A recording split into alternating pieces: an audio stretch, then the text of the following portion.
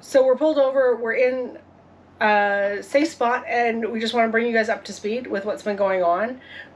We have noticed occasionally when we're driving down the road, the jacks down alarm will go off and it resets itself and it's fine. And so we keep going, oh, we should check that out. But, because it quickly resolves itself, we hadn't really investigated it. On our way over to Glacier National Park, it got to the point where our jacks down alarm was going off about every 20 miles and required us to pull over on the interstate and retract the jacks that were not down, but it would give us that alarm. The other thing we had noticed, well, I had noticed, Ron had noticed, but he hadn't told me, is that the jacks, if we were parked with the jacks up, the jacks would slowly go down a little bit. And either way, the catalyst of this roadside stop and repair is that we can't drive every 20 miles and pull over and retract our jacks. We need to find a real fix. First up, we're going to check the manual. Winnebago has an extensive manual. All right, so we'll start with the operator's manual. Leveling system starts on 1010. Jacks down alarm. That would be it. The other resource that we like to use is our Facebook user group for Winnebago, Itasca diesel pushers. And so while looking in the manual, we also are logging on to Facebook and asking the big questions there. Somewhere along this journey, I remember reading that this jacks down alarm has to do with having low hydraulic fluid.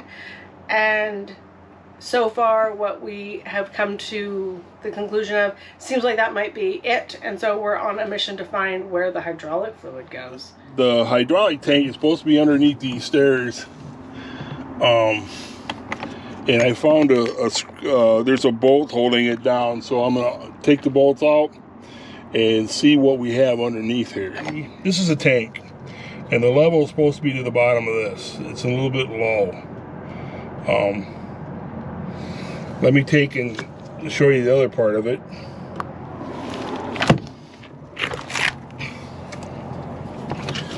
So here is, we've cleaned it off, but and then we're gonna, the lid comes off. So this is a dipstick that it has, and you can see has a lower and upper mark. It was just down here, the lower mark. So we'll add a little bit more to it. So this is automatic transmission fluid. This is what the owner manual calls for. It's not hydraulic fluid.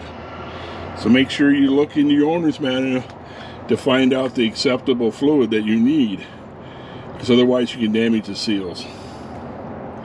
It's really hard to see, but I got it right about the middle of the marker right now. So we'll pull it all back together, clean it up, get on the road and see what happens. Wish us a lot of luck. So one thing that Ron mentioned as we were talking about picking out the right kind of fluid to put in your hydraulic system is make sure you reference your owner's manual. So not only is ours automatic transmission fluid, but it was very specific in using a Dexron 3 or a Mercon 5 automatic transmission fluid. So you want to make sure that you're reading your manual and getting the fluid that is right for your rig. So I think one of the takeaways from this trip is that with RV life, it's always something.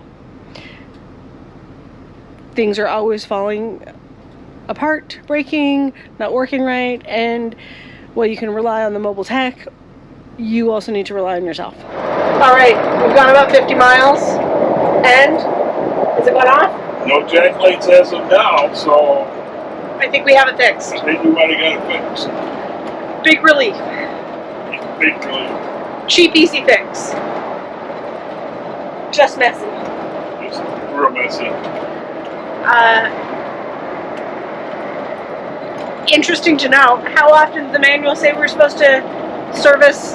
Every 6 months or every 12 months.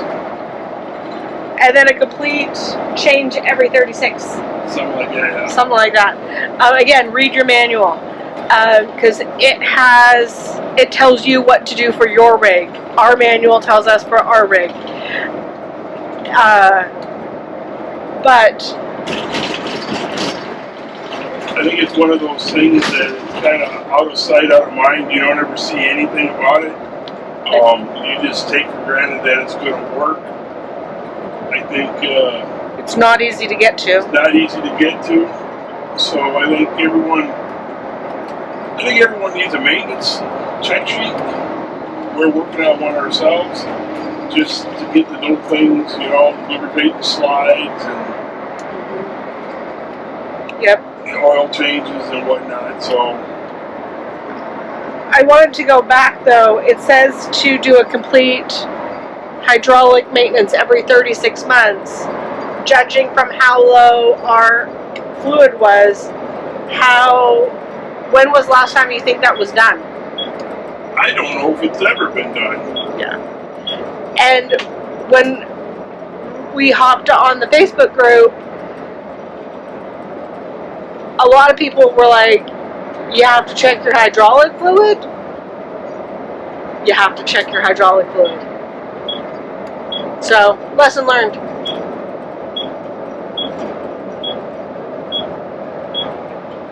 I think we're going to wrap up.